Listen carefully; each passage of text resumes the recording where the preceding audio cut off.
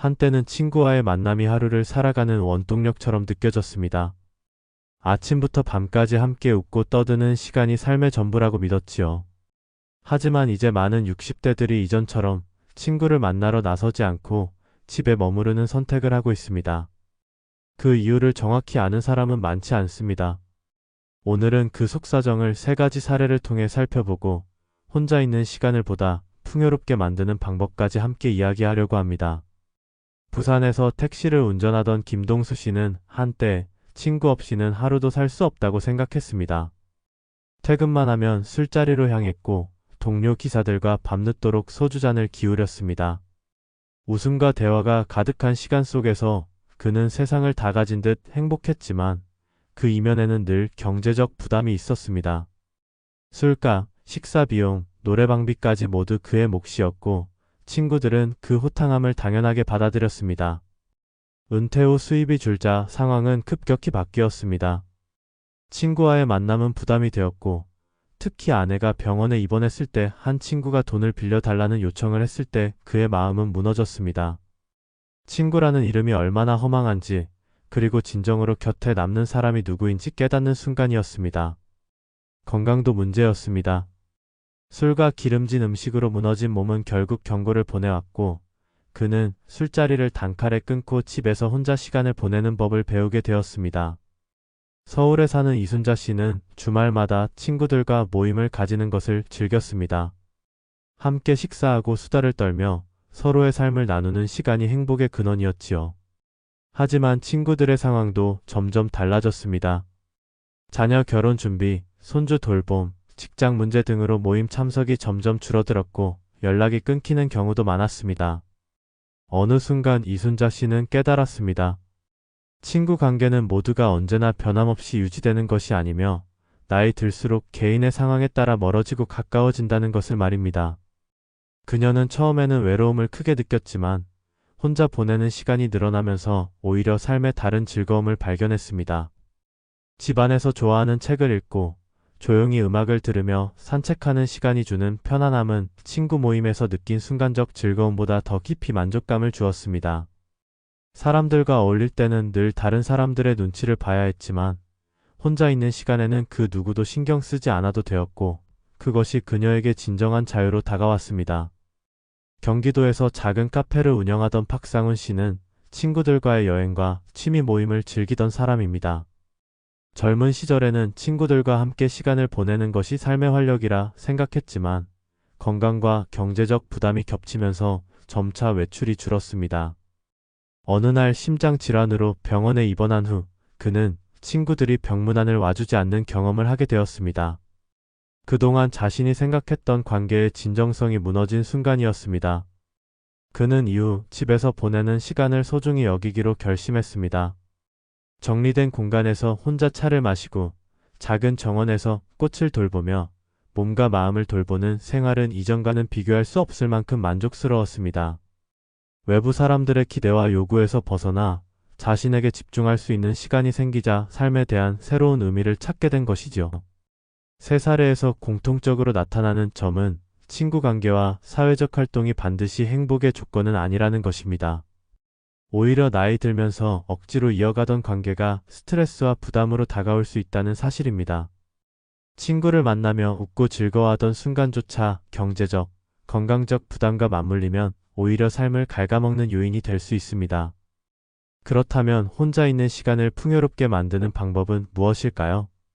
첫째, 하루 일과를 스스로 계획하고 규칙적으로 생활하는 것입니다. 아침에 일어나 식사와 운동, 산책 시간을 정하고 정리된 공간에서 자신만의 루틴을 유지하면 안정감을 얻을 수 있습니다. 둘째, 혼자서도 즐거움을 찾을 수 있는 취미를 개발하는 것이 중요합니다.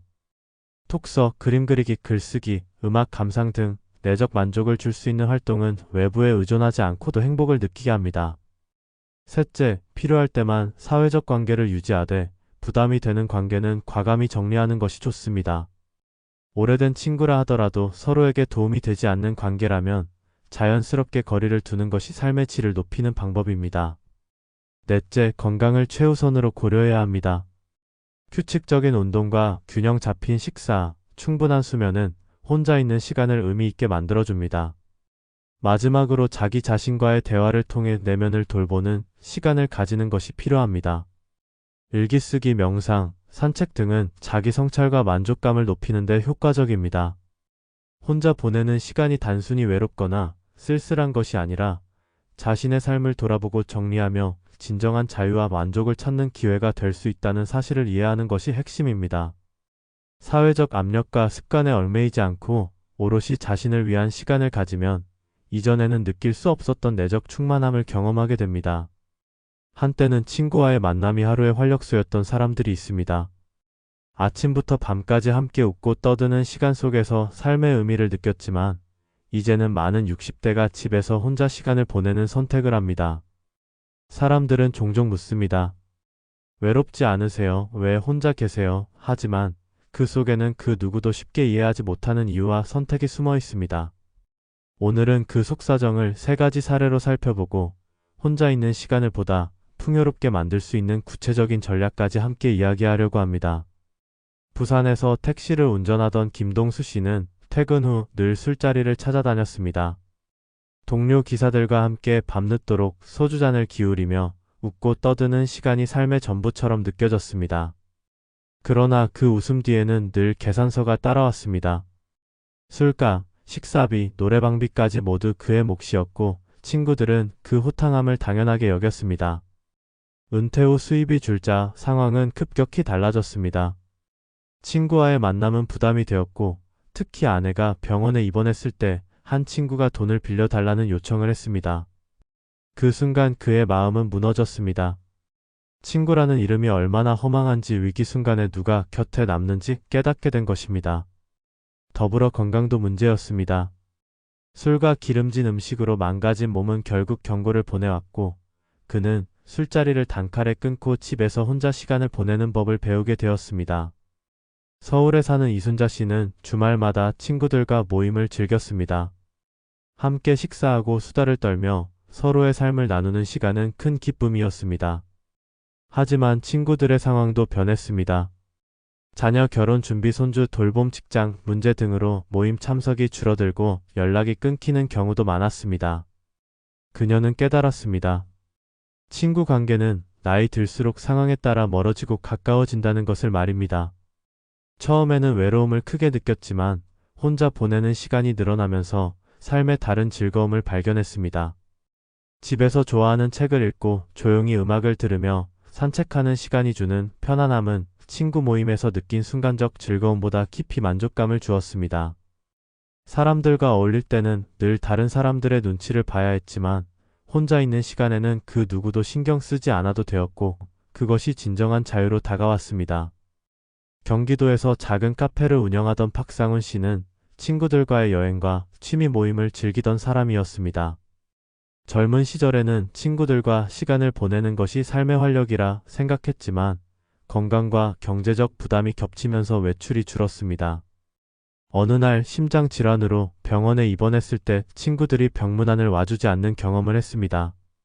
그동안 자신이 생각했던 관계의 진정성이 무너진 순간이었습니다. 그는 이후 집에서 보내는 시간을 소중히 여기기로 결심했습니다. 정리된 공간에서 혼자 차를 마시고 작은 정원에서 꽃을 돌보며 몸과 마음을 돌보는 생활은 이전과 비교할 수 없을 만큼 만족스러웠습니다. 외부 사람들의 기대와 요구에서 벗어나 자신에게 집중할 수 있는 시간이 생기자 삶의 의미를 새롭게 발견하게 되었습니다. 세 사례에서 공통적으로 나타나는 점은 친구 관계와 사회적 활동이 반드시 행복의 조건은 아니라는 사실입니다. 오히려 나이 들면서 억지로 이어가던 관계가 스트레스와 부담으로 다가올 수 있습니다. 친구와 함께 웃는 순간조차 경제적, 건강적 부담과 맞물리면 삶을 갉아먹는 요인이 되기도 합니다. 그렇다면 혼자 있는 시간을 풍요롭게 만드는 구체적 방법은 무엇일까요? 첫째, 하루 일과를 스스로 계획하고 규칙적으로 생활하는 것입니다. 아침에 일어나 식사와 운동, 산책 시간을 정하고 정리된 공간에서 루틴을 유지하면 안정감을 얻을 수 있습니다. 둘째, 혼자서도 즐거움을 찾을 수 있는 취미를 개발하는 것이 중요합니다.